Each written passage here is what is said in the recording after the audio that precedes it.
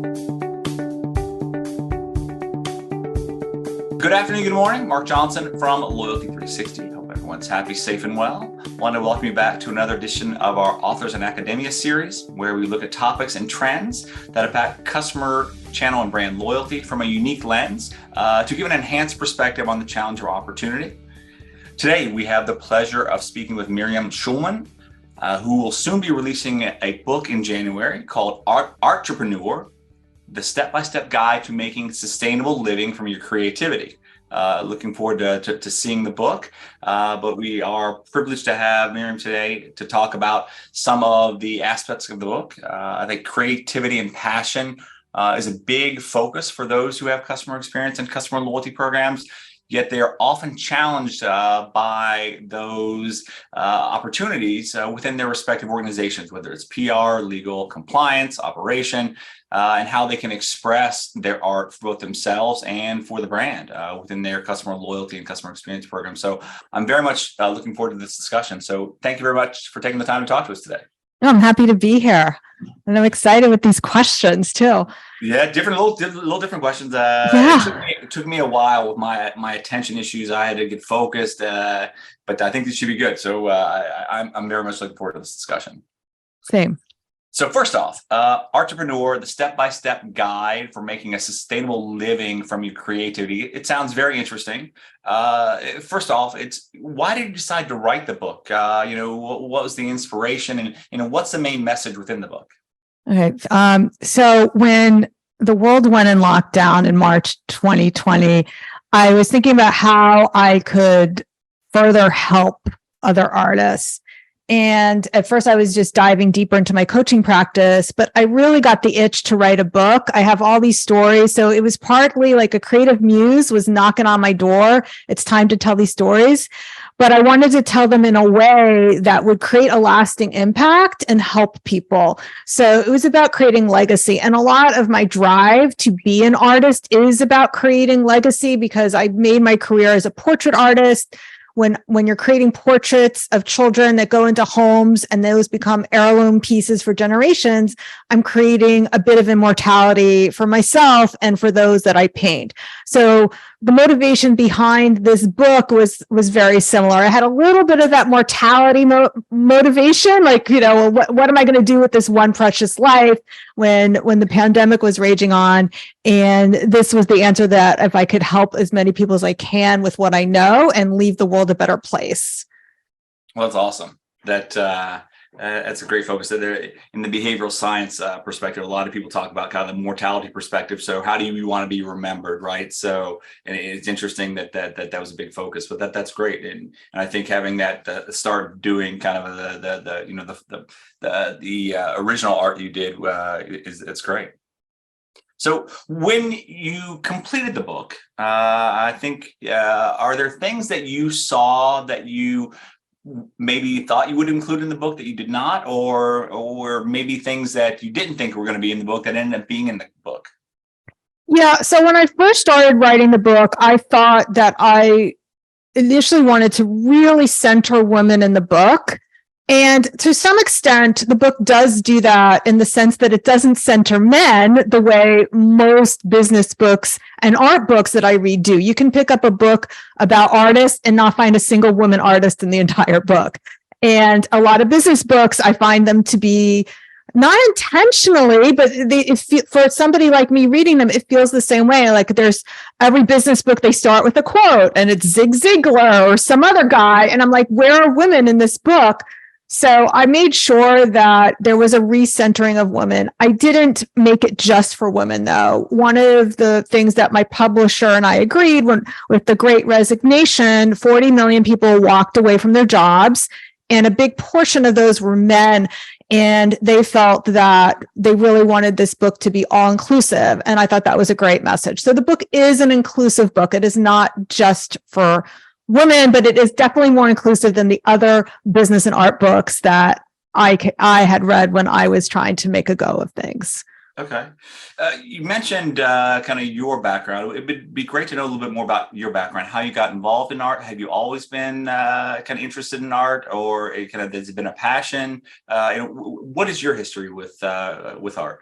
Okay, so I always wanted to be an artist, but I drank the Kool-Aid that you can't make a living as an artist. And having gone to college on financial aid, it really wasn't, I didn't see it as an option for me to struggle. So I said, okay, well, if the idea is to work to make money, where do they make the most money? So I went to work on Wall Street. And I actually worked for Salomon Brothers, a very famous trading desk on Salomon Brothers. That was the basis of Michael Lewis's book, Liar's Poker. So I was very intimately involved with that group of people who then formed a hedge fund that famously blew up in '98. So after that happened, I did leave my job. I wasn't sure what I was going to do with my life. But when 9/11 happened, I knew it wasn't going to be going back to Wall Street. And I took that as a sign from the universe to make more meaning out of my life. And I see that happening to a lot of people now, or living through the pandemic is a very similar time to 9/11, where there's nothing like a crisis that's going to lift a veil on whatever's not working in your life and bring that into focus. And people are asking these questions, hence the Great Resignation.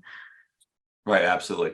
It's interesting. I think the focus on purpose, the focus on the family, the focus on simplicity is something that we hear from a number of people that we speak with. So it sounds like that's pretty consistent with what you see going on as well. So when you look at the COVID, COVID had pretty significant impacts on many industries, crafts, professions. How do you think COVID impacted those within the art community? A great question. Okay. So those who built email lists were in much better positions than those who are relying only on the in-person art festival circuit. So in 2020, I started working with a lot of artists who saw the bottom fall out from under them, not because people weren't buying art, because people were buying art in great numbers. We were home.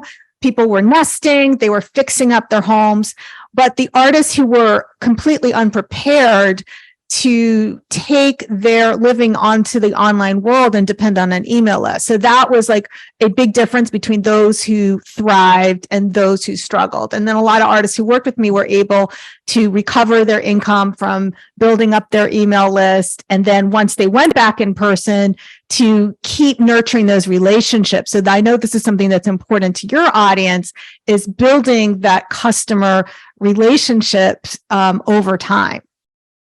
Absolutely. When you look at the art community now, kind of some of the changes you mentioned, going through COVID, people were buying art, redoing their houses. I was one of those. How do you anticipate kind of changes going forward, COVID, or maybe even some of the impacts of the Great Resignation and focus on, meaning that you've mentioned? Okay, so there are a lot more people who are turning to becoming, building their own creative careers. So Etsy saw a huge rise. I think pre-pandemic, it was maybe 2 million. I don't have that statistic in front of me, but it was like 2 million Etsy swellers, and then it's swelled to about 5 million. So they saw a huge jump in people selling their art, and by art, we're talking about all handmade types of art. We're putting jewelers as artists, ceramicists as artists. It's not just paintings.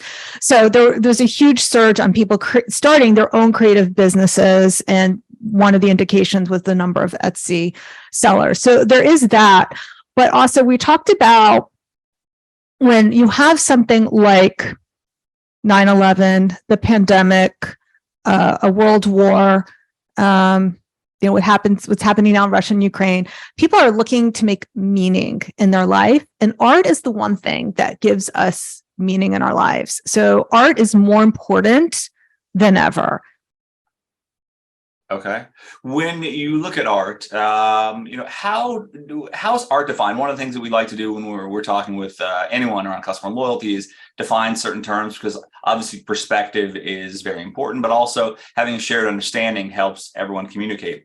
So, what does art mean? What types of content, or what actually is art?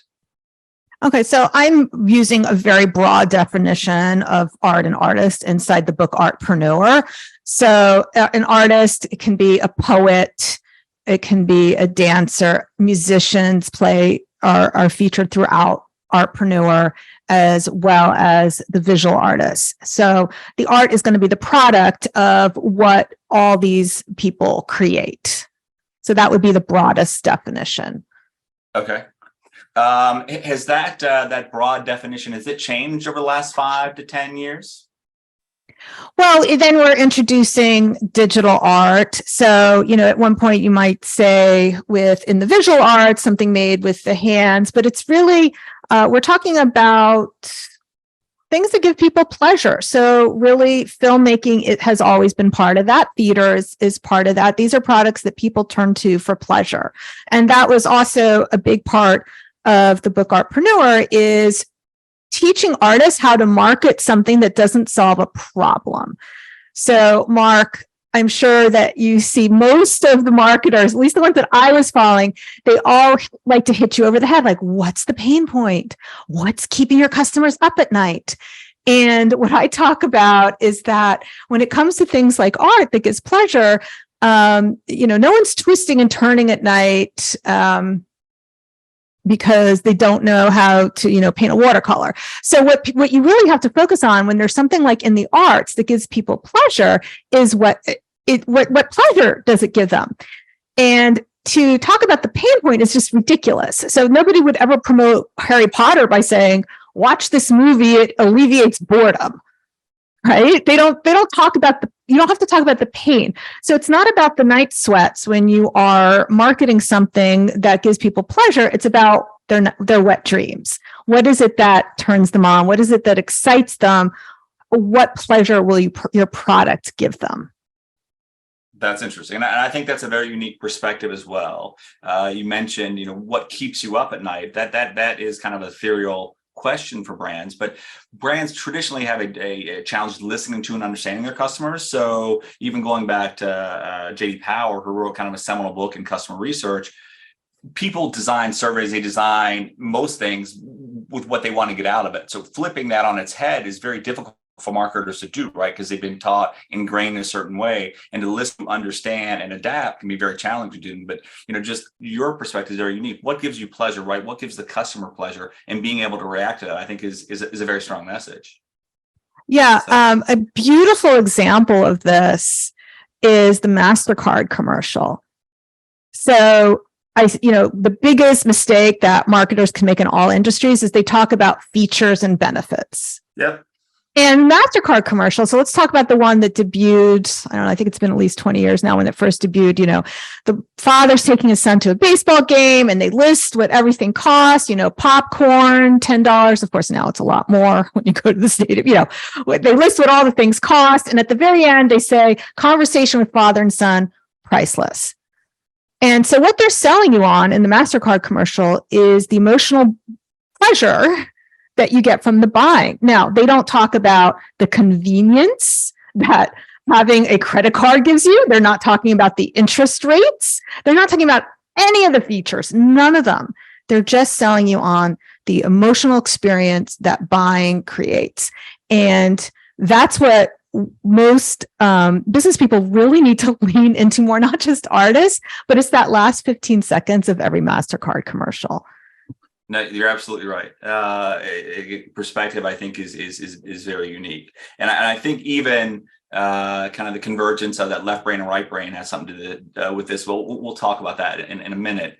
When you look at placing value on art, especially with kind of this more expansive definition of what art is, what it means, what it entails. Is there an objective way to value art, or is it just really being in the eye of the beholder, or what the market will bear? How do you put a value on art? That's a great question. And that's really what trips a lot of artists up, is because they're really just making numbers up. And the myth that a lot of the starving artists, what you really have to break, and if you're not an artist, it's still the same thing, your money mindset. You have to let go of the idea that cheaper is easier to sell. So in blind taste tests, they did wine where it was pretty much the same bottle of wine, but they told people this was the more expensive one. And of course, they rated the one that was priced more expensive as better wine. So pricing things higher is an easy way to immediately create a perception of value. Absolutely right. It opens up the mind, be receptive to kind of a more positive outcome. Absolutely right. That's interesting. When you look at combining left brain, traditional marketing methods with those kind of the right brain, you mentioned in the book, that there's kind of a process by combining the right and left brain to be, as effective as you can from both a artistic approach, but also from a mindset and business approach. What did you mean in kind of with that when you talk about that in the book? Yeah. So what I meant by that is that a lot of artists think that these traditional business and marketing tactics don't apply to them. And so what I'm really doing in this book is translating it for them and saying, yes, it does. And here's why. And I think a lot of people who are not artists would also benefit from this book, who maybe have trouble understanding how those principles apply to their businesses. Because here I am showing it in a whole new way. Like this is a new way of thinking about how a business is put together and how these principles work. Interesting. Okay. When you look at the 5 core elements in the passion to profit planning framework you mentioned, there's prospecting, production, productivity, promotion, pricing. Can you talk a little bit about those and how they fit into kind of a holistic approach? Yeah. Okay. So, and then you were asking about the left brain. So the first two parts are the pricing and production. And what I see a lot of business owners miss is that basic math problem of what they are doing. And the basic math problem is, what is your capacity to produce? What are you pricing it at? And if you sold out everything you're pricing, what is, everything you're producing at the prices you're offering, what is that equation? And that's just a simple multiplication equation. And that's when a lot of people have an aha moment. So in my world, so I'm making handmade greeting cards for $10 each. I have to find 5,000 customers. Or, I'm teaching art classes for $40 an hour. Or let's just, say you're a client, you have a client relationship type business. Even if I was fully booked, I wouldn't get to the goal that I say I want to make.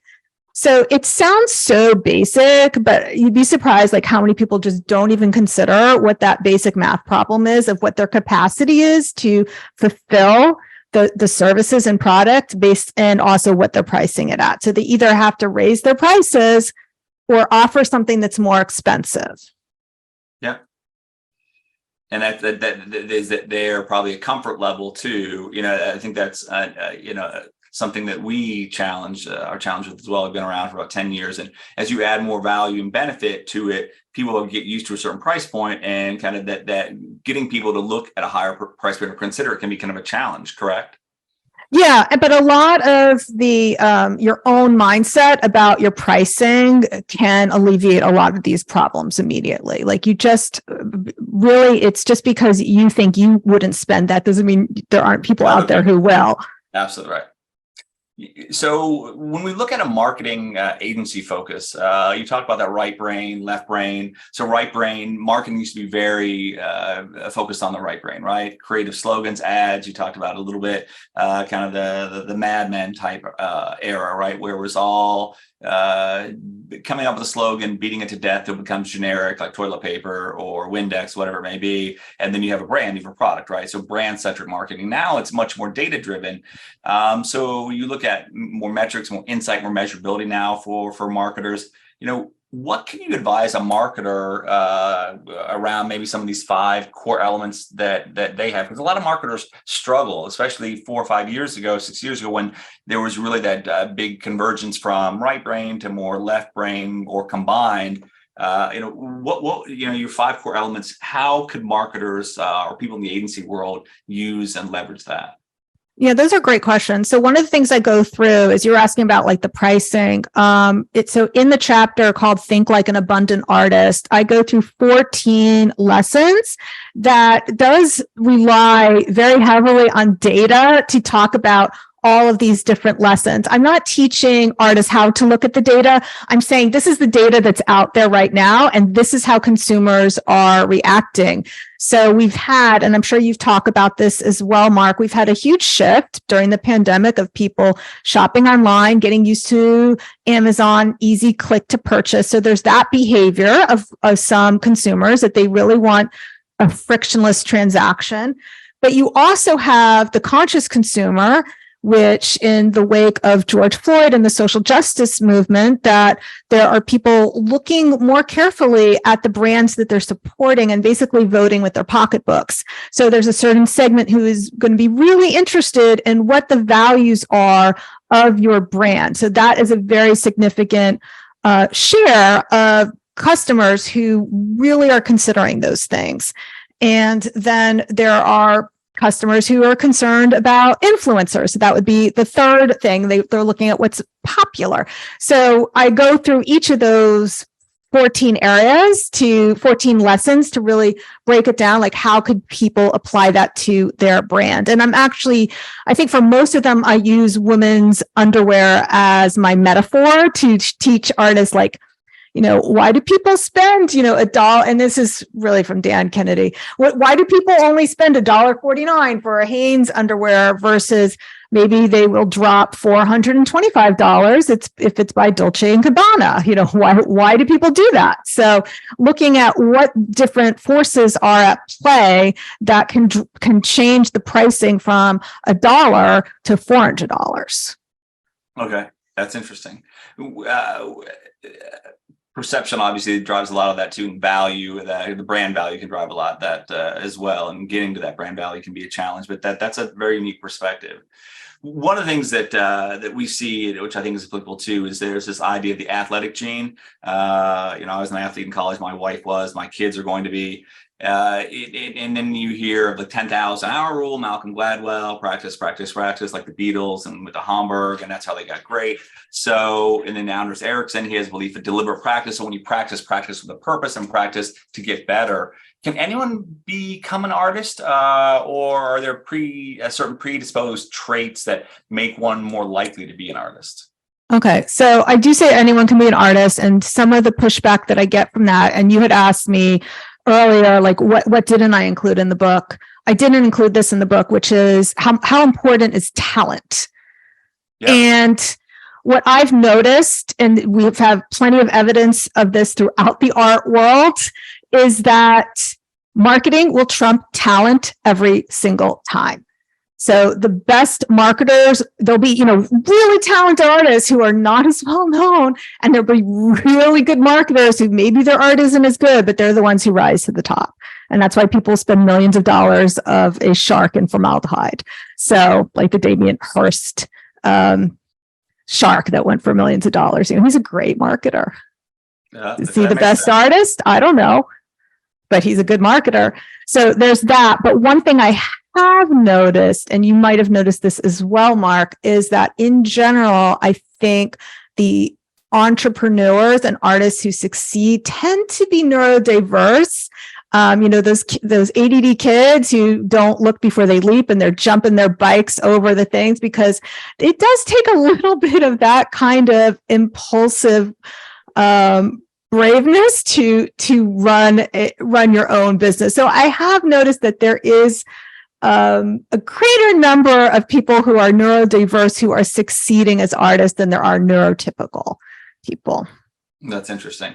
How does one maximize their artistic ability? Well, it's commitment first.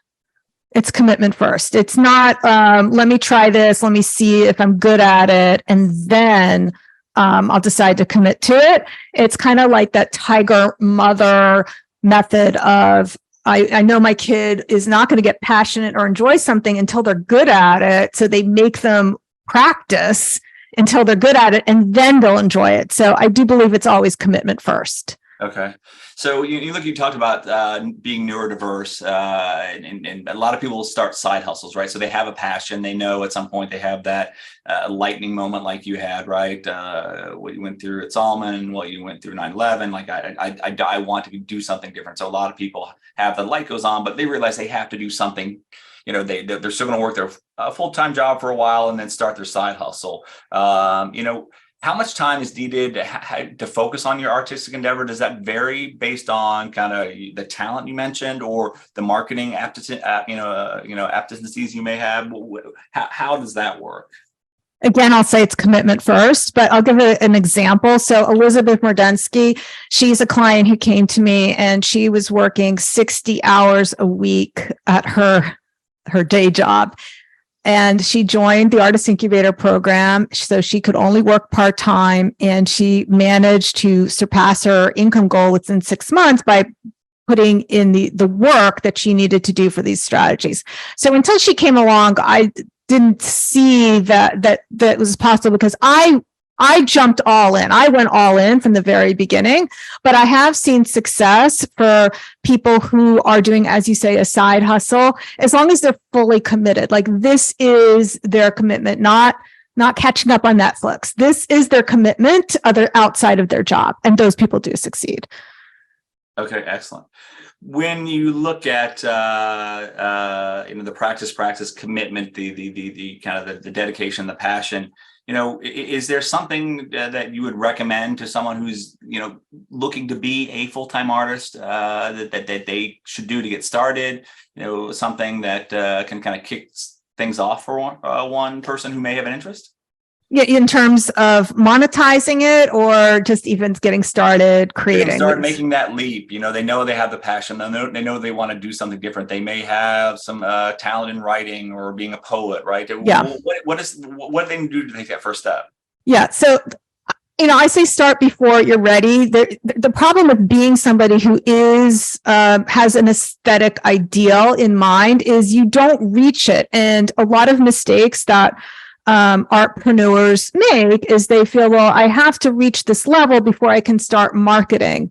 And you're missing out on feedback. So this is the same thing that's true in any business, that you can't wait until your business is a full adult, or whatever you create is a full adult before you start marketing it. You have to start marketing your business, whatever that is, whether that's drawing, painting, ceramics, or selling sneakers. You have to start marketing it even as if your business is a baby, because you need that feedback. You need the feedback loop from the marketplace. So in order to learn what people are responding to and to build on that. Okay, excellent. Well, Miriam, this has been a very interesting discussion. I've learned a lot more about the kind of the art world. You mentioned a number of people. I have no idea who they are, but I'll definitely have to go look them up. I usually spend more for autograph, chasing out Dean pictures and get them framed, but I want to get better art. But it's interesting to hear kind of your approach, and I think this has been a fascinating interview. Probably one of the best I've had in a long, long time. Oh, thanks, Mark. I appreciate that. And I don't know who you got the autograph from either. So we're totally even. See, yes. Okay, good. We're on the same thing. So thank you very much for taking the time to talk with us today. And we look forward to hopefully hearing more from you coming up in the next year. So that was great. Thanks.